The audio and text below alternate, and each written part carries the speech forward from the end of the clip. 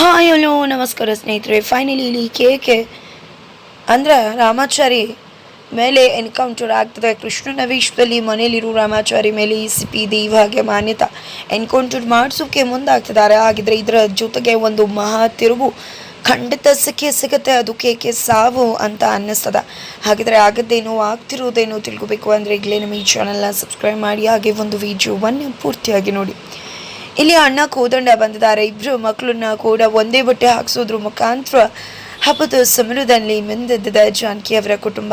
ತನ್ನ ಇಬ್ಬರು ಮಕ್ಕಳನ್ನ ಒಂದೇ ರೀತಿ ನೋಡಿ ತುಂಬಾ ಖುಷಿಯಾಗಿದೆ. ಕಂಡುಹಿಡಿಯೋದು ತನ್ನ ತಾಯಿಗೆ ಕಷ್ಟ ಅಲ್ಲ, ನಿಜವಾಗ್ಲೂ ತಾಯಿಗೆ ಇಬ್ಬರು ಮಕ್ಕಳು ಕೂಡ ಒಂದೇ ರೀತಿ, ಅವ್ರಿಗೆ ಕಂಡುಹಿಡಿಯೋದೇ ಕಷ್ಟ ಆಗುತ್ತೆ. ಇಬ್ಬರು ಕೂಡ ಎರಡು ದೇಹ ಇರ್ಬೋದು, ಒಂದೇ ಜೀವ ಅಂತ ಹೇಳ್ತಿದ್ದಾರೆ. ಆದರೆ ಇಲ್ಲಿ ಕೋದಂಡವರು ಅಂತೂ ತನ್ನ ತಮ್ಮನ್ನು ನೋಡಿದ್ದ ನನ್ನ ತಮ್ಮ 27 ವರ್ಷಗಳ ನಂತರ ವಾಪಸ್ ಬಂದಿದ್ದಾರೆ ಅಂತ ಹೇಳಿ ಖುಷಿಪಟ್ಟು ಸಂಭ್ರಮಿಸ್ತಿದ್ದಾರೆ, ಹಕ್ ಮಾಡ್ತಿದ್ದಾರೆ. ಜೊತೆಗೆ ನನ್ನ ತಮ್ಮ ಸಿಕ್ಬಿಟ್ಟ ಅಂತ ಆನಂದ ಭಾಷ್ಪನ ಕೂಡ ಸುರಿಸ್ತಿದ್ದಾರೆ. ತನ್ನ ಅಣ್ಣನ ಒಂದು ಖುಷಿ ನೋಡಿ ಇಲ್ಲಿ ರಾಮಾಚಾರಿಗೆ ಖುಷಿ ಆಗ್ತದೆ. ಅವನು ಕೂಡ ತುಂಬ ದಿನ ಆದಮೇಲೆ ಅಣ್ಣನ ನೋಡಿದ್ದಾಗಿದೆ. ನಂತರ ಈ ಕಡೆ ಅಮ್ಮ ನನ್ನ ತಮ್ಮ ಬಂದಿದ್ದಾನೆ, ಈ ಅಡುಗೆ ಎಲ್ಲನೂ ಕೂಡ ಮಾಡು, ಜೊತೆಗೆ ಎಲ್ಲರೂ ಕೂಡ ಊಟ ಮಾಡೋಣ ಅಂತ ಹೇಳ್ತಿದ್ದಾರೆ. ನಂತರ ಈ ಕಡೆ ಪರವಾಗಿಲ್ಲ ಹೇಳಿ ಎಲ್ಲ ಮೆನು ಕೂಡ ಆಗಲಿ, ನಾನು ಆಲ್ರೆಡಿ ನಂಗೆ ಏನು ಬೇಕೋ ಹೇಳಿದ್ದಾಯಿತು, ನೀವು ಹೇಳಿದ್ರೆ ನನಗೇನು ಪ್ರಾಬ್ಲಮ್ ಇಲ್ಲ, ಎಕ್ಸ್ಟ್ರಾ ಸಿಗತ್ತೆ ಅಂತ ಶ್ರುತಿ ಹೇಳ್ತಿದ್ದಾಳೆ. ಈ ಒಂದು ಸಂಭ್ರಮನ ನೋಡಿದ ಇಲ್ಲಿ ವೈಶ್ವಕಾಗೆ ಉರಿ ಬರ್ತದೆ. ಏನದು ಖುಷಿಯೆಲ್ಲ ನೋಡ್ತಿದ್ರೆ ಊಟಕ್ಕೆ ವಿಷ ಹಾಕಿ ಸಾಯಿಸ್ಬಿಡೋಣ ಅಂತ ಅನ್ನಿಸ್ತದೆ ಅಂತ ಹೇಳ್ತಿದ್ದಾಳೆ. ನಂತರ ಈ ಕಡೆ ಇದನ್ನು ಅಬ್ಸರ್ವ್ ಮಾಡ್ತಾಳೆ ಚಾರು.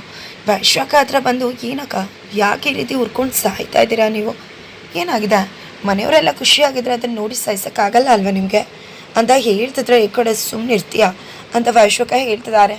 ಅಯ್ಯೋ ಅತ್ತೆ ಪಾಪ ಎಲ್ಲರಿಗೂ ಕೂಡ ಹೇಳ್ತಿದ್ದೀರ, ಪಾಪ ಯಾರಿಗೋ ಇಲ್ಲಿ ಹೊಟ್ಟೆ ಕೆಚ್ಚು ಬಂದು ಉರ್ತು ಹೋಗ್ತದೆ, ಊರಿಗೆ ಏನಾದರೂ ಖಾರದ ಪುಡಿ ಊಟ ಇದ್ರೆ ಮಾಡಿಬಿಡಿ ಅಂತ ಹೇಳ್ತಿದ್ರೆ ಯಾರದು ಅಂದಾಗ ನೀನು ಕಂಡಿಡಿ ರಾಮಾಚಾರಿ ಯಾರು ಉರ್ಕೊಂಡು ಸಾಯ್ತಾ ಇರೋದು ಅಂತ ಹೇಳ್ತಿದ್ದಾಳೆ. ಇಲ್ಲಿ ಕೃಷ್ಣ ರಾಮಾಚಾರಿ ಜಾಗದಲ್ಲಿರೋದ್ರಿಂದ ಇಲ್ಲಿ ಕೃಷ್ಣಗೆ ಎಲ್ಲ ಕೂಡ ಗೊತ್ತಾಗ್ತದೆ ವೈಶಾಖ ಬಗ್ಗೆ ಹೇಳ್ತಿರೋದು ಅಂತ. ಇಲ್ಲಿ ವೈಶಾಖ ಅಂತೂ ಉರ್ಕೊಂಡು ಸಾಯೋದಕ್ಕಂತೂ ಓ ಮೈ ಗಾಡ್, ಇದನ್ನೆಲ್ಲ ನೋಡಿ ಏನು ಮಾಡಬೇಕು ಅಂತ ಗೊತ್ತಾಗ್ತಿಲ್ಲ. ಜೊತೆಗೆ ತಾನೂ ಕೂಡ ಇಲ್ಲಿ ಜಾಯ್ನ್ ಆಗಲಿಲ್ಲ ಅಂದರೆ ಖಂಡಿತ 100 ಪ್ರಶ್ನೆಗಳನ್ನ ಚಾರು ಕೇಳ್ತಾಳೆ ಅಂತ ಅಂದ್ಕೊಂಡು, ಅದೇ ನನಗೂ ಕೂಡ ಮಾವಿನ ಹೋಳಿ ಮಾಡಿಕೊಡ್ತೀರಾ ಅಂತ ಕೇಳ್ತಾರೆ. ಈ ಕಡೆ ಕೇಕೆ ಕೇಳ್ತಾರೆ. ನಂತರ ಇದನ್ನೆಲ್ಲ ಕೇಳಿದೆ ಖಂಡಿತ ಅಂತ ಹೇಳ್ತಿದ್ರೆ, ಏನರ ಅದು ನಿಮ್ಮ ಅಮ್ಮನಿಗೆ ಎಷ್ಟು ಕಷ್ಟ ಆಗುತ್ತೆ ಅಂತ ಹೇಳಿದೆ, ಹೋಟೆಲಲ್ಲಿ ಮೆನು ಕೊಡ್ತಿರಲ್ಲ ಆ ರೀತಿ ಕೊಡ್ತಿದ್ರಲ್ಲ ಅಂತ ಅಜ್ಜಿ ಕೇಳ್ತಿದ್ರೆ ಕೋದಂಡವರು, ಅಮ್ಮ ಯಾವತ್ತೂ ಕೂಡ ನೊಂದ್ಕೊಳ್ಳೋದಿಲ್ಲ, ಮಕ್ಕಳು ಕೇಳಿದ್ರೆ ಪ್ರೀತಿಯಿಂದ ಉಣಬಡಿಸ್ತಾಳೆ ಅಂತ ಹೇಳ್ತಾರೆ. ಹೌದು ಅಂತ ಜಾನಕಿಯವ್ರು ಕೂಡ ಹೇಳ್ತಾರೆ. ನಂತರ ನನ್ನ ತಮ್ಮಂಗೆ ಏನೇನು ತೋರಿಸ್ಬೇಕು ಅವ್ನು ನೆನಪರೋಕೆ ಎಲ್ಲನೂ ಕೂಡ ಮೆಮೊರೈಸ್ ಮಾಡ್ತೀನಿ, ಅವ್ರಿಗೆ ಆಲ್ಬಮ್ನ ತೋರಿಸ್ತೀನಿ ಅಂತ ಹೇಳಿ ಕರ್ಕೊಂಡು ಹೋದರೆ ರಾಮಾಚಾರಿ ಚಾರು ಕೂಡ ಅವ್ರ ಜೊತೆನೇ ಹೋಗ್ತಾರೆ. ನಂತರ ಈ ಕಡೆ ಎಲ್ಲರೂ ಕೂಡ ಹೋದ ನಂತರ ಈ ಕಡೆ ಅಮ್ಮ ನನಗೂ ಕೂಡ ಮೀಟಿಂಗ್ ಇದೆ, ಕರೆದು ಬಿಡು, ಆದ ತಕ್ಷಣ ಬರ್ತೀನಿ ಅಂತಾರೆ. ಈ ಕಡೆ ಕೋದಂಡವ್ರು ಕೂಡ ಅಮ್ಮ ಆದ ತಕ್ಷಣ ಕರೆದು ಬಿಡು ಅಂತ ಹೇಳಿ ಎಲ್ಲ ಹೋಗ್ತಾರೆ. ನಂತರ ಈ ಕಡೆ ಅಜ್ಜಿ, ಏನಿದು ಎಲ್ಲ ಮಕ್ಕಳು ನಿನಗೆ ಏನಾಗುತ್ತೆ ಅನ್ನೋದನ್ನು ಯೋಚನೆ ಮಾಡಿದೆ, ಈ ರೀತಿ ಲಿಸ್ಟ್ ಕೊಟ್ಬಿಟ್ರು, ನೀನು ಕಷ್ಟನೇ ಅರ್ಥ ಮಾಡ್ಕೊಳ್ಳಿಲ್ಲ, ಜೊತೆಗೆ ನೀನು ಹುಡ್ತಬ್ಬ ಅಂತ ಒಬ್ಬರು ಕೂಡ ನೆನೆಸ್ಕೊಳ್ಳಿಲ್ವಲ್ಲ, ಅಷ್ಟು ಮರ್ತುಬಿಟ್ರೆ ನಿನ್ನನ್ನು ಅಂತ ನೊಂದ್ಕೋತಿದ್ರೆ ಪರವಾಗಿಲ್ಲ ಅತ್ತ, ನನಗೆ ಬೇಕಾಗಿರೋದು ನನ್ನ ಮಕ್ಕಳು ಖುಷಿ, ಅವ್ರು ಖುಷಿಯಾಗಿದ್ರೆ ಅಷ್ಟು ಸಾಕು.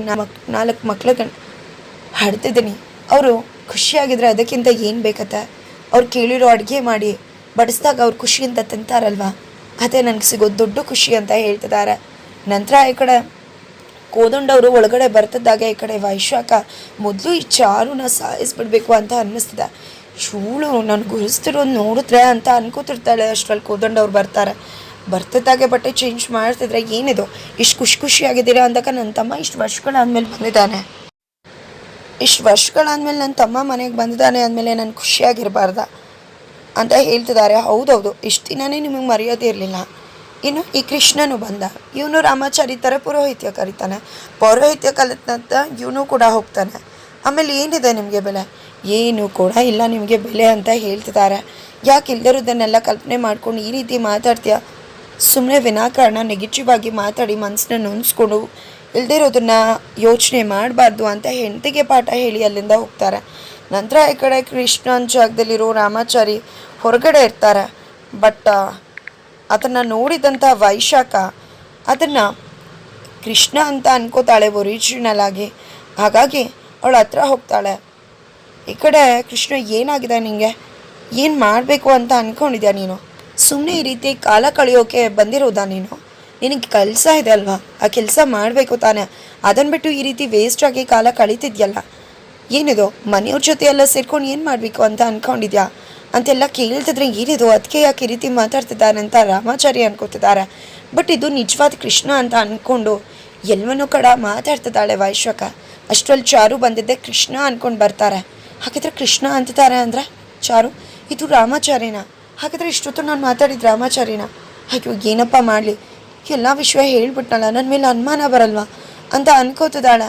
ಬಾ ರಾಮಾಚಾರ್ಯ, ಅತ್ತೆಯಲ್ಲಿ ಕರೀತಿದ್ದಾರೆ, ಸಾರಿ ಬಾ ಕೃಷ್ಣ ಅಲ್ಲಿ ಅತ್ತೆ ಕರೀತಿದ್ದಾರೆ ಅಂತ ಚಾರು ಕರೀತಿದ್ದಾಗೆ ಈ ಕಡೆ ರಾಮಾಚಾರಿ ಅದಕ್ಕೇನೆ ದಿಟ್ಟಿಸ್ಕೊಂಡು ನೋಡ್ತಿದ್ರೆ ಸ್ಮೈಲ್ ಮಾಡ್ತಿದ್ದಾಳೆ ವೈಶ್ವಕ. ಈ ಕಡೆ ದಿಟ್ಟಿಸ್ಕೊಂಡು ನೋಡ್ತಾ ಅವನಿಗೆ ಫೈನಲಿ ಒಂದಷ್ಟು ಅನುಮಾನ ಬಂದೇ ಬಿಡುತ್ತೆ, ಕ್ಲಾರಿಟಿ ಸಿಗ್ತದೆ. ಆಲ್ರೆಡಿ ಮನೇಲಿ ಯಾರು ಇದ್ದಾರೆ ಅನ್ನೋ ಅನುಮಾನ ಇತ್ತು, ಈಗ ಅದು ವೈಶ್ವಕ ಅದಕ್ಕೇ ಇರ್ಬೋದು ಅಂತ ಅನ್ನಿಸ್ತದೆ ರಾಮಾಚಾರಿಗೆ. ನಂತರ ಇದೆಲ್ವೂ ಆಗತ್ತೆ. ಆ ಕಡೆ ACP ದೇವಿ ಮತ್ತು ಮಾನ್ಯತಾ ಇಬ್ಬರು ಕೂಡ ಸೇರಿಕೊಂಡಿದ್ದೆ ಹೊರಗಡೆಯಿಂದ ಪೊಲೀಸವ್ರನ್ನ ಕರೆಸಿದ್ದಾರೆ. ಈ ರೀತಿ ರಾಮಾಚಾರಿ ಕೃಷ್ಣ ಇಬ್ಬರು ಕೂಡ ಅವಳಿ ಚವಳಿ ಒಂದೇ ಮನೇಲಿದ್ದಾರೆ. ಆ ಮನೇಲಿ ಇರ್ತಕ್ಕಂಥ ಕೃಷ್ಣ ಅನ್ನೋನ್ನ ಅರೆಸ್ಟ್ ಮಾಡ್ಕೊಂಡು ಕರ್ಕೊಂಡು ಬನ್ನಿ ಅಂತಾರೆ. ಏನಂದ ಕೇಸ್ ಫೈಲ್ ಮಾಡಬೇಕು ಅಂದಾಗ FIR ಏನೂ ಕೂಡ ಮಾಡಬೇಕಾಗಿಲ್ಲ, ಜಸ್ಟ್ ಅರೆಸ್ಟ್ ಮಾಡ್ಕೊಂಡು ಕರ್ಕೊಂಡು ಬನ್ನಿ. ಆನಂತರ ದಾರಿ ಮಧ್ಯೆ ತಪ್ಪಿಸ್ಕೊಂಡು ಹೋಗ್ತದ ಅಂತ ಹೇಳಿ ಅವನ ಮೇಲೆ ಎನ್ಕೌಂಟರ್ ಮಾಡಿಬಿಡಿ ಅಂತ ಹೇಳ್ತಾರೆ. ನೆನ್ನೆ ತಾನೇ ರಾಮಾಚಾರಿನ ನ್ಯಾಚುರಲ್ ಡೆತ್ ಆಗೋ ರೀತಿ ಮುಗಿಸ್ಬಿಡುವ ಅಂತ ಹೇಳಿದರು ಪೊಲೀಸ್. ಆದರೆ ಇವತ್ತು ಹೊರಗಡೆ ಅವ್ರನ್ನ ಕರೆದು ಎನ್ಕೌಂಟರ್ ಮಾಡೋದ್ರ ಮುಖಾಂತರ ಇಲ್ಲಿ ರಾಮಾಚಾರ್ಯನ ಮುಗಿಸೋದಕ್ಕೆ ಸ್ಕೆಚ್ ಹಾಕಿದ್ದಾರೆ. ಸರಿ ಅಂತ ಹೇಳ್ತಾರೆ. ಜೊತೆಗೆ ಎಲ್ಲರೂ ಕೂಡ ಪೊಲೀಸವರು ಜೀಪಲ್ಲಿ ಹೊರಡ್ತಿದ್ದಾರೆ. ಎಲ್ಲಿ ಮಾಡೋಣ ಎನ್ಕೌಂಟರ್ನ, ಮನೆ ಹತ್ರನೇ ಮಾಡಿಬಿಡೋಣ ಹಾಗೆ ಹೀಗೆ ಅಂತ ಮಾತಾಡ್ಕೊತಿದ್ದಾರೆ. ನಂತರ ಈ ಕಡೆ ವೈಶ್ವಕ ಹತ್ರ ಕೃಷ್ಣ ಬಂದಿದ್ದೆ, ಏನು ಮಾಡಬೇಕು ಅಂತಿದ್ದೀರಾ ನೀವು? ಸೆಕ್ಸ್ ಹಾಕಿಸ್ಬಿಟ್ಟು ಮುಗಿಸ್ಬಿಡೋಣ ಅಂತ ಅಂದ್ಕೊಂಡ್ಬಿಟ್ಟಿದ್ದೀರಾ? ನೀವು ಈ ರೀತಿ ಎಲ್ಲ ನಡ್ಕೋತಾ ಇದ್ರೆ ಅಲ್ಲಿ ಅನುಮಾನ ಬರಲ್ವಾ ನನ್ನ ಮೇಲೆ ನಾನೇ ಮಾಡಿರೋದು ಅಂತ? ನೀವು ಎಲ್ಲನೂ ಕೂಡ ಹೇಳಿದ್ರೆ ಎಲ್ಲ ಕೂಡ ಸಿಕ್ಕಾಕೊಂಡ್ರೆ ನಾವೇನು ಮಾಡೋಕ್ಕಾಗತ್ತೆ? ಅನುಮಾನ ಬಂದ್ಬಿಡುತ್ತೆ ಎಲ್ಲನೂ ಕೂಡ.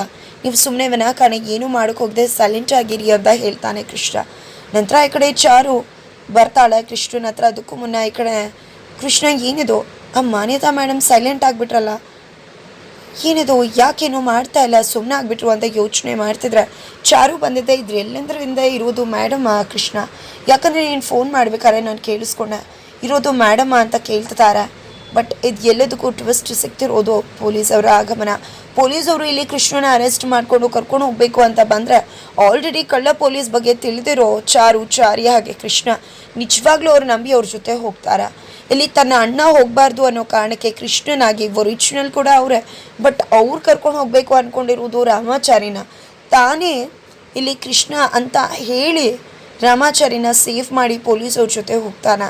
ನಂತರ ಪೊಲೀಸವರು ಎನ್ಕೌಂಟರ್ ಮಾಡೋಕ್ಕೆ ಸಿದ್ಧವಾಗೋದು ಕೃಷ್ಣನ್ನ. ಹಾಗಿದ್ರೆ ಯಾರ ಮೇಲೆ ಎನ್ಕೌಂಟರ್ ಆಗುತ್ತೆ? ಜಾನಕಿಯರ ಹುಟ್ಟುಹಬ್ಬದ ದಿನದಂದು ಮಗ ಕೃಷ್ಣನ ಮರಣ ಆಗೇ ಬಿಡುತ್ತಾ? ಏನಾಗುತ್ತೆ ತಿಳ್ಕೊಬೇಕು ಅಂದರೆ ಈಗಲೇ ನಮ್ಮ ಈ ಚಾನಲ್ನ ಸಬ್ಸ್ಕ್ರೈಬ್ ಮಾಡಿ. ಮುಂದಿನ ವಿಡಿಯೋಗೋಸ್ಕರ ವೇಟ್ ಮಾಡೋದನ್ನು ಮರಿಬೇಡಿ.